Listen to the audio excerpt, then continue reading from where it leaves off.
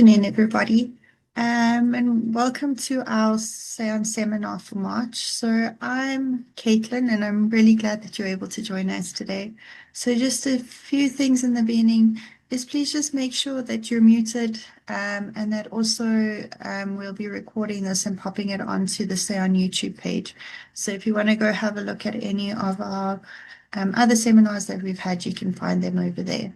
So for our seminar today, we're joined by Nicole du Plessis.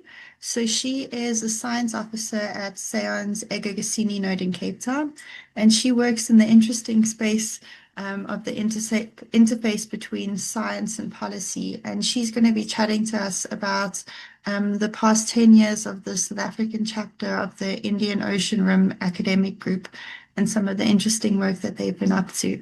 So over to you, Nicole. Thanks, Caitlin. Yeah, so as Caitlin indicated, today's presentation is going to just provide a roadmap of what we have been doing at the Egagasini Node in terms of science policy engagement. So I started at SAEON, I think it's now almost 11 years ago, and the SA IORAG was the second project that I had started working on. And I think that we've kind of really grown this to the point where now we are needing to really promote it and start engaging and getting new stakeholders involved.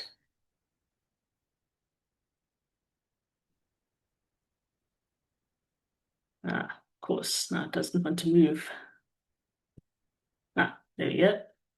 Okay, so just an overview of what the Indian Ocean Rim Association is. It is an intergovernmental organization, so made up of different countries. It was established in 1997, and it seeks to build, and expand understanding and mutually beneficial cooperation of the different member states in the Indian Ocean region. And so South Africa really puts a lot of importance into IORA, and there's a lot of support for it within the government, because former President Nelson Mandela is considered as the founding father of IORA. In a meeting in India in 1995, he noted that there's so much historical legacy between all the countries that he didn't understand why such an institution hadn't already been established. And so it was then 2 years later launched. So the priority areas of IORA: maritime safety and security, trade and investment facilitation, tourism and cultural exchanges, academic cooperation, science and technology, fisheries management, and we include aquaculture within that.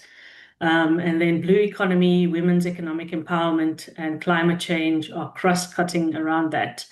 And IORA has working groups made up of government departments, academics, and business people across these different focus areas. And so there's quite a lot of opportunity for research to provide evidence-based, policy support within this institution. So just in terms of the history of this, the academic group, South Africa was confirmed as vice chair of IORA in 2015, with the intention of then taking over as chair in 2017. And so DSTI came to SAEON and asked, would we host the Secretariat for this? And my manager, Professor Juliet Hermes, indicated yes, we were happy to do so. And so we started attending some of the initial meetings to kind of see what is going on in IORA. How does it operate? As an intergovernmental institution, it's obviously very high level. There's a lot of protocol involved.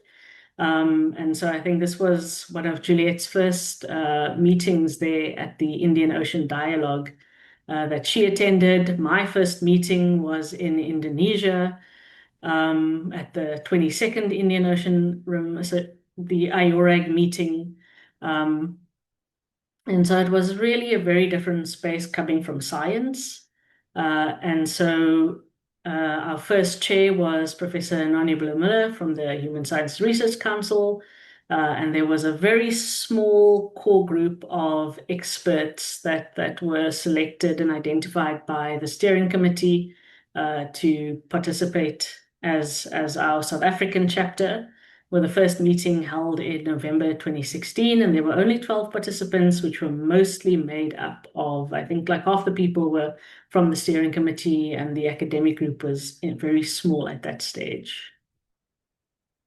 So just in terms of the structure, so this is kind of what we have now. So the steering committee is made up of the DSTI, DIRCO, NRF's business advancement. At the time, it was strategic partnerships. So SAEON, Northwest University as the current chair of the academic group, and then the Water Research Commission, as they currently have an MOU with one of the IORA bodies in terms of water and sanitation research. Then there is the core group of academics, and then below that is the different expert groups in the IORA priority areas. And then the Egagasini Node hosts the Secretariat for that. So coordinating all the activities within our national sphere, but then also being the link to the IORA Secretariat in Mauritius. So in 2017, early 2017, we then had a second academic group meeting. This was much better attended. We had a lot more academics across all the priority areas then at that point. And this meeting was in preparation for South Africa taking over as chair of IORA at the IORA Council of Ministers meeting. And this meeting was really to discuss, DSTI's and DIRCO's intentions with how they saw the academic group operating. And the key message out of that was that they wanted to see South Africa institutionalize the academic group within within SAEON or a national facility. And then the other thing was that they noted was that the international academic group meetings were normally attended by whichever government officials were in the country at that time in the diplomatic corps. And they wanted to really see that these academic group meetings would instead be attended by academics that could, take forward a lot of the outcomes for the meeting, which was not really happening at that stage. And so we had the handover from United UAE, who was chair at that point. So at that point, Professor Juliet became the chair of the National Academic Group, and Professor Nania became the chair of the International Academic Group. So Juliet was then sitting behind the flag of IORA, and then making representation on behalf of South Africa within the meetings. And so there again, South Africa's priorities over the 2 years as academic group chair were highlighted. And again, we emphasized to the international group, the academic group needs to be attended by academics. So to facilitate that, we then decoupled the academic group meeting from the ministerial meeting, so that we wouldn't have the risk of having diplomats attend instead, to leverage that kind of engagement. And then we also saw the establishment of a subgroup to develop proposals for the reform of the academic group to make it more active. And then what we also did was, because we have a very strong focus on our African agenda and developing African science and African partnerships, myself and some of the other members of the steering committee from the HSRC and DSTI did a IORAG roadshow where we went to Tanzania, Seychelles, and Mauritius within the space of about a week. We traveled to these countries, and that was to gain support for our priorities as the academic group chair, to create interest in attending the meeting, and then start building our academic networks within the region. And because we were in Mauritius, we also then all took the opportunity to visit the IORA Secretariat. And then in August, we had our fifth Indian Ocean Dialogue, which was a science policy dialogue, and then the 24th meeting of the academic group. This was co-funded by the IORA Special Fund. They provided funds for flights and some logistics for some of the LDCs and SIDS to attend the meeting. We had the launch of the Blue Economy Handbook of the Indian Ocean region. I led co-authoring a chapter in the book. And there again, it outlined the key areas of cooperation for the reform of the academic group to make it more active. And this was my first international meeting that I had organized at that time. And as you can see, it was really well attended, and it was attended mostly by academics. So we really, had that impact that we were looking for, that it was no longer a diplomatic arena, but an academic arena. And then, of course, after the 2 years, we had to hand over as chair. So we went to India for that, attending the 25th meeting of the IORAG, and this was followed by the 6th Indian Ocean Dialogue. And we had 2 academics from South Africa represent us at the dialogue. The handover that we did also included the submission of our reform document. Unfortunately, as much as we tried, we are still the only national academic group within IORA, although there is engagement with other academics, but they don't have this coordinated structure that we have. And then one of the key outcomes from this series of meetings was the proposal by India to establish a working group for science, technology, and innovation, which is led by DSTI, and we are currently, or South Africa is currently chair of that working group, and I've been supporting them in terms of the coordination for that as well. So in 2020, we all know what happened, COVID. A lot of things shut down. There was a lot of questions about what would happen. Of course, IORA is a lot about networking, which we then couldn't do. And so really needed to start thinking about, taking the opportunity for things to be a bit quiet, to start thinking about how do we institutionalize the academic group, but also so that we are not, beholden to only one program. How do we grow our science policy engagement within the country across the different international programs? And there's a lot of policies that are out there that we could look at and see where do we fit in within this. Of course, in terms of the African agenda, there's the Agenda 2063. There's the Africa Blue Economy Strategy. There's different regional economic community blue economy strategies. There's the Western Indian Ocean Regional Ocean Governance strategy that has now come out. The white paper, our national white paper for STI. And then, of course, all the work that the NRF does within business advancement, looking at internationalization.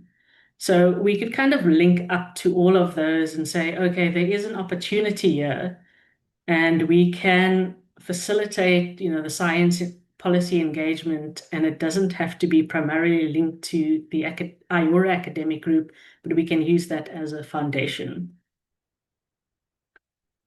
So also noting that we have our SAEON Strategy 2030, and at this time, the NRF was really focusing on impact and how do we show impact, and that has become quite a key area for us to show why, how we are relevant. And so that was really a good opportunity to just kind of like think about this and reflect and develop a novel division within the Egagasini Node, which we have called the Policy Advancement and Science Diplomacy. And policy advancement and not support, because we want to show that we are being proactive about how we are engaging within this space. And so then that sits alongside our, oceanographic observations, the ocean and coastal modeling, the benthic biodiversity that happens, the science engagement, SAPRI division. So all of these we are now trying to look at in a more coordinated way and trying to support the work that is happening, so that it's not just the universities that we are supporting, but it is also the research within SAEON that we are looking at and trying to promote within the region and internationally. And that really speaks to all the stakeholder engagement that we do, and looking at what data and tools can we promote and say, this is what South Africa is doing. And really looking at what our, impact pathways to impact is.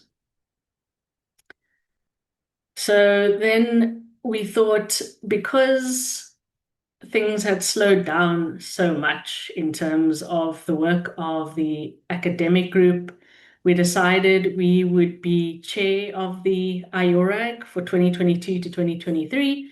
And then Professor Juliet was the chair of that international academic group.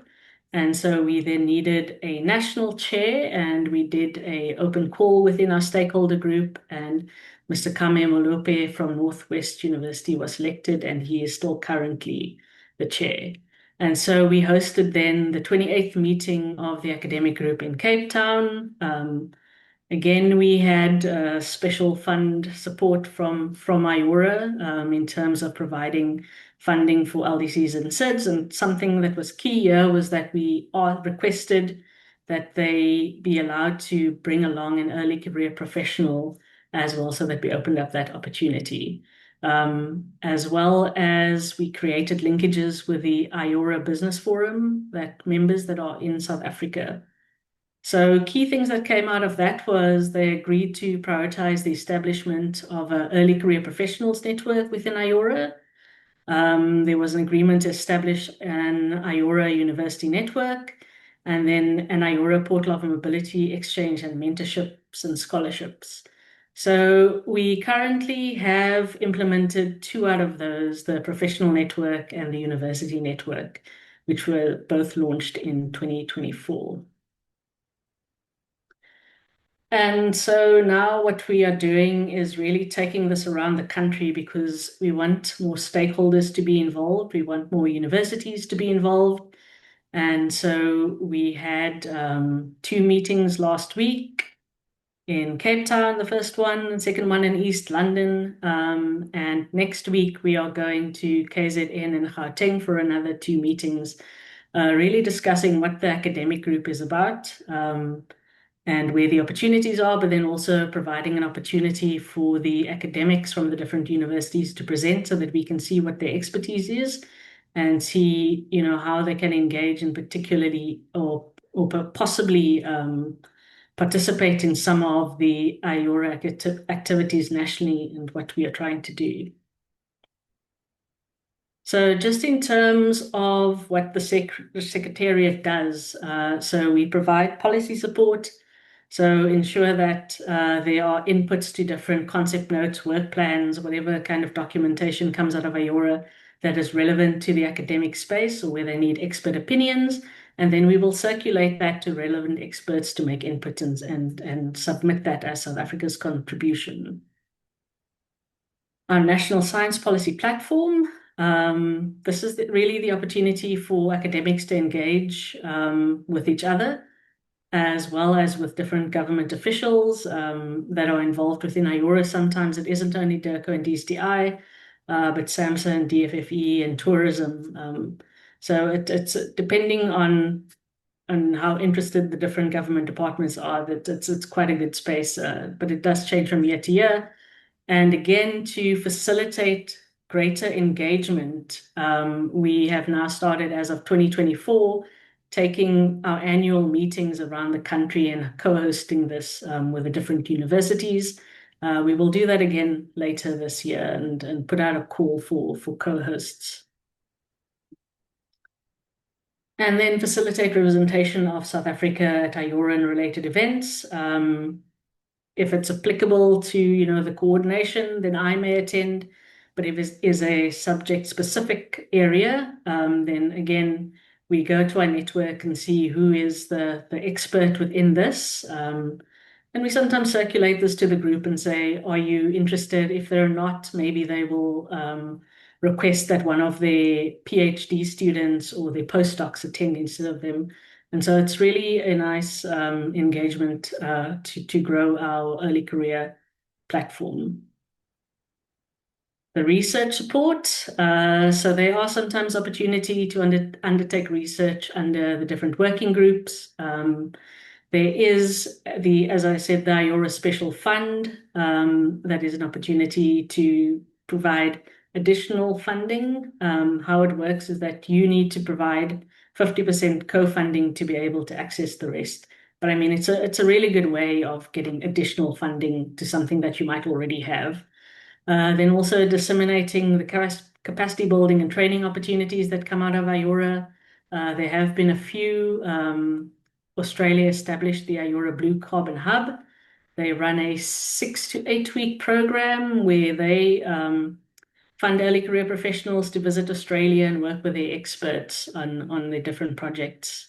So that's been a nice one. And then sometimes they poach the people that go there, but that's okay. And then also supporting publication through the Journal of the Indian Ocean region. So there's a lot of opportunity for research support there. And then, of course, the stakeholder engagement, which what today also falls under all our national regional engagements, organizing meetings and workshops to create awareness of IORA and the different priority areas of IORA, maintaining awareness of other regional programs through which we can add value. And then we have the website, newsletters, and other promotional material that we developed and maintain. So just in terms of outreach, so we do attend a number of national and international conferences. So the Western Indian Ocean Marine Science Association Symposium is a key one for us because all the African member states within IORA, academics attend that. So we have since 2017 hosted special sessions at that conference. We are also able to leverage our funding to support African or global South academics to come to South Africa for conferences, as we did in 2019 in the International Indian Ocean Conference, where we had a side event on strengthening ocean observing in Africa. And then Juliet and I attended the Global Ocean Accounting Partnership Dialogue in Indonesia 2024, where we had hosted 2 side events under that as part of our Ocean Accounts program at that time. And then, of course, there are our national conferences. A big one is Global Change Conference. That was quite nice. We had a number of SAEON staff participate in that and present to the students what was happening there. And then, of course, for us, it's the SAMS, Southern African Marine Science Symposium. We had one in 2022, and then again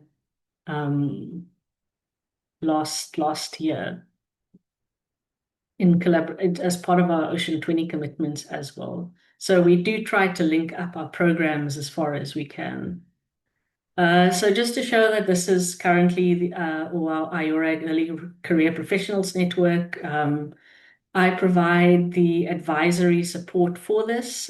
For the early career professionals, I've kind of indicated to them it should be driven by what they want to do. So they need to to lead on that, but that is something that is busy growing, and you're also welcome to contact me to find out more about that. And then we have the All Atlantic Ocean Research and Innovation Alliance. So I've been involved since 2020, but other people might know it as the All Atlantic Corporation for Ocean Research and Innovation. There again, there are a number of scientific workshops to implement IORA priorities on ocean observations and modeling and coastal resilience. There might be more areas coming in, but we have been supporting early career professionals to attend the intergenerational dialogue, which happened in 2024 and 2025, and now there's going to be a hackathon in 2026, and that's happening in Brazil. So we provide then support for the early career professionals to attend. For 2025 and 2026, we put out an open call through SANCO and through our networks for early career professionals to attend. So it's not just circulated within SAEON.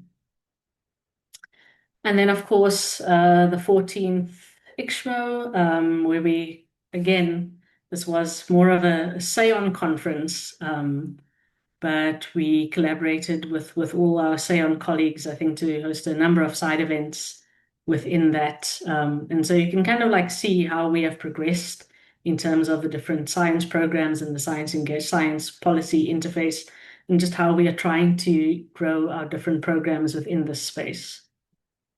And then, of course, the big one for us was Ocean 20 last year. We had the minister do a video at our launch. We had the minister and the deputy minister at our inception meeting in May 2025. And there again, we had a lot of social engagement.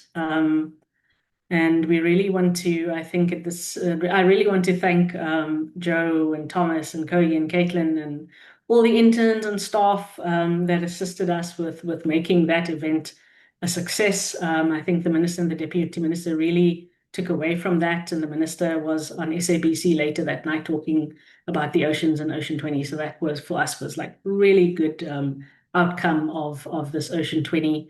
We, of course, had our summit in November. Again, really well attended. We had international participation. We had cultural participation.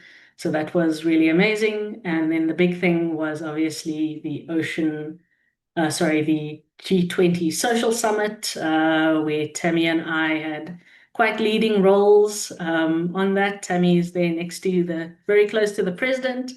So I kind of really feel that this shows the growth and the impact that we have been having by really focusing on growing the science policy interface within SAEON, within the marine science space very specifically. But obviously there's scope to expand that kind of engagement. And again, we had support from Kogi and her team to have an exhibition space there and to really promote Ocean 20 and SAEON within that and the Blue Schools. So one of the things that we had wanted to do was, or had decided from the start, was that we wanted, outreach and to really showcase the work. And so these are just some graphs reflecting our engagement. So it was really, slow when we started, but by the time, the G20 Social Summit and Ocean 20 Summit came around, I think that there was quite a lot of engagement and a lot of engagement from Africa that we can see in terms of followers across our different social media platforms. And then the icing on the cake there was just winning the Science Forum Award for Science Diplomacy at the end of last year. So just in summary, the opportunities that have been provided by us hosting the South African chapter of the IORA academic group has just been, I think, quite foundational in being able to grow our visibility within the science policy interface, and presents an opportunity for us to show more impact within our work, because we can, bring in everything that SAEON does and showcase that to all the partners that we have regionally and internationally. And there are just so many opportunities for engagement across both the academic networks, but also business and government within this, opportunities for funding that might come out of this. And then, of course, the participation of early career professionals within the different networks and being able potentially to provide coordination for all of that.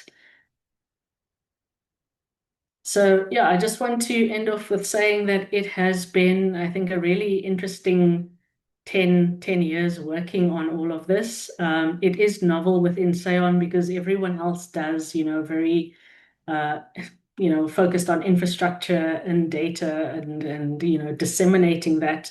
Whereas this is more talking about, what are the policies and where can we contribute our data? And I think within the next 10 years, potentially, we could look at how we can bring in more of the SAEON science to be able to showcase that to our different partners and really start showing what is our social impact within the science system. Thank you.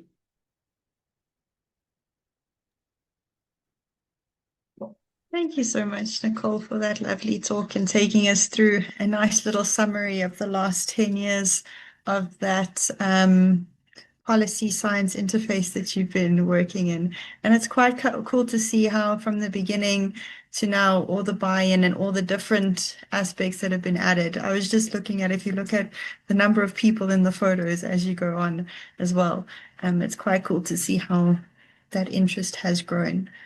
So I'm going to open it up now to any questions or anything people would like to chat to Nicole about.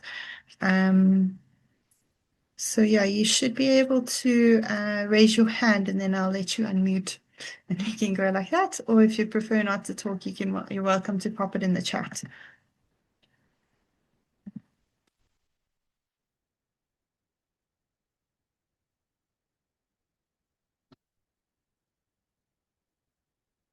Yeah, Juliet should be able to unmute.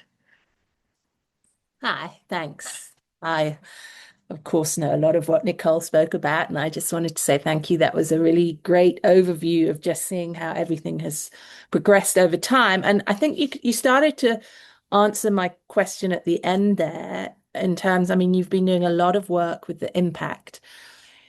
If there was one sort of thing across SAEON where you would like to focus impact, or one thing across SAEON that you see as having a really big impact, given all the work you've done with policymakers and with high-level government officials, what one thing would you like to pull out and really, if you could, really focus impact on? Where do you think, where it's not being done, or where you really think we could have a strong impact? Of course, you could say the marine stuff, but maybe there's something.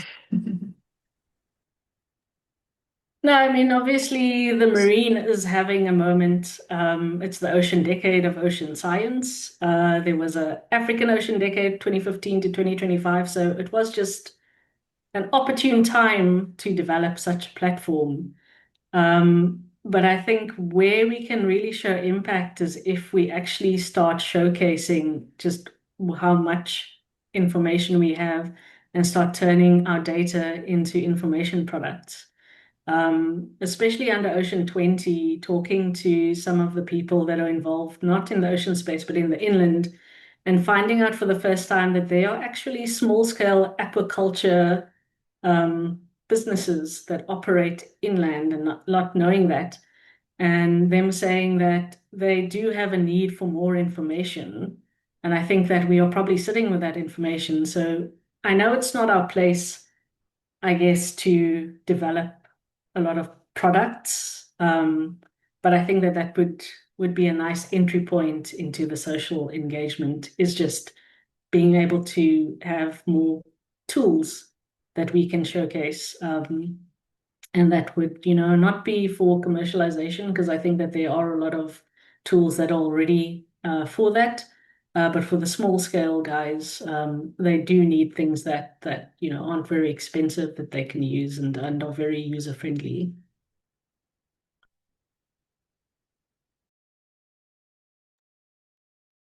Thanks for that, Nicole. And thank you for your question, Juliet. Does anybody else have any other questions or things they'd like to chat to Nicole about? There's a question here in the chat. You mentioned that SAEON expands across sectors in industry, academia, and government. Are there any success stories you can share on how research is translated into real-world impact, i.e. in the blue economy, or additionally where research findings have been published? So at this stage, I couldn't say whether research has translated into impact, but I think just within what we are doing within the science policy space in terms of ensuring that South Africa's priorities are centered within the different multilateral platforms. So we are not just sitting on the sidelines and waiting for agendas to be set, but we are setting the agenda. And I think that in that way, it kind of does show impact because that offers opportunities for our academics to be able to expand into these spaces. We are research findings being published. So a lot of the reports are on our website. We try and host that because it's not always easy to find. But then the research itself, some of that is then published in the Journal of the Indian Ocean Region. But I mean, also because the academics are spread around the different universities, of course, everyone is publishing research across the different themes in different journals. And maybe that is something that we should look at, is just having a repository of Indian Ocean research. Something to think about. Thanks. Yeah, thanks for the question, Jatin, and thank you, Nicole. Anybody else who would like to ask anything?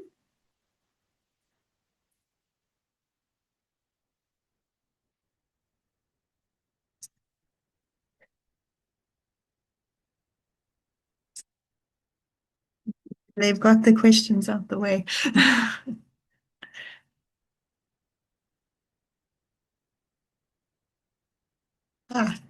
Juliet's got another one.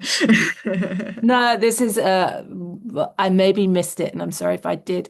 But is there any access to funding that you could help people apply for, or any opportunities like that? I know you mentioned ECOP, but I don't know if you mentioned any other sort of funding Yeah, so opportunities. I did mention the IORA special fund. So as indicated, there is a 50% co-funding, but that can also be in-kind support, or in-kind support. So if you are giving your time and you can, put a number of that and say, this is what you want to do, then you can use that to leverage additional co-funding.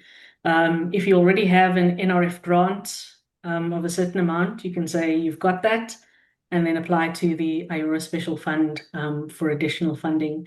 They don't really do infrastructure and like laptops and then office supplies, things like that. This is more if you want to hold a workshop. They do allow pilot studies, so that is a potential that you could do that.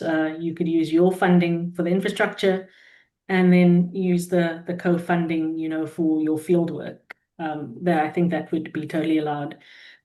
So the IORA Secretariat at this point is calling for projects across marine science and coastal resilience and science and technology in general.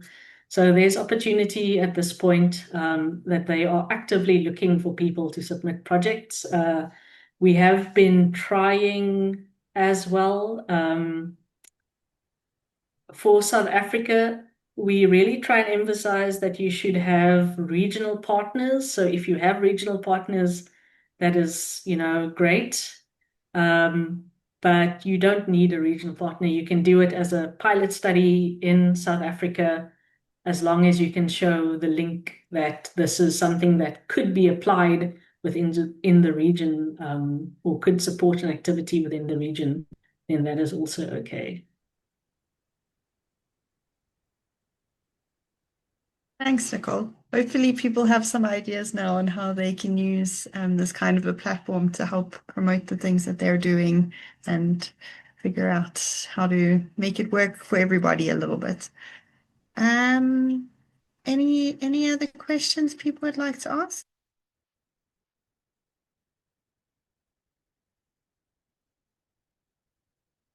I've got one last one for you. It's kind of a little bit similar to Juliet's first one, but with it being 10 years old now, what are the one of the things you'd like to see it grow? Like, what's one of the things you'd like to see it grow beyond a little bit of the inland stuff? I will have to get back to you on that. It's been very intense years with ICSHMO and then Ocean 20 to kind of be able to focus on what is kind of the long-term vision. But what I would like to see is this kind of growing within SAON itself, because you don't want to take time away from the technicians and the scientists, to come into this space. And I don't think that is necessary. Noting that there is, I think, a growth in science diplomacy internationally, that developing, science diplomacy practitioners in South Africa as a, recognized job stream, I think would be really an important thing to do. So not just within SAON, but within, other institutions. And I know that a lot of universities and government departments do have internationalization departments.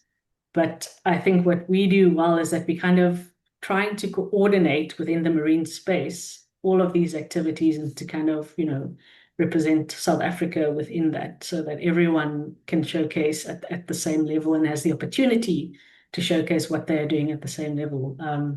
So yeah, just to kind of like have more of this, because being a very small team, I obviously can't go to all the other nodes and understand what they are doing for one. But if there was someone else that could kind of understand and find where are the, leverage points for that kind of research, the terrestrial node research, then I think that we could have a lot of more exposure and visibility across all our different nodes. Thanks, Nicole. Hopefully, we can figure out some way to have this integratable, that intersection between the science and policy beyond just some of the marine work that you're doing. I'm going to open it up to last questions for if anybody has any last burning questions. Give it like a couple seconds and see.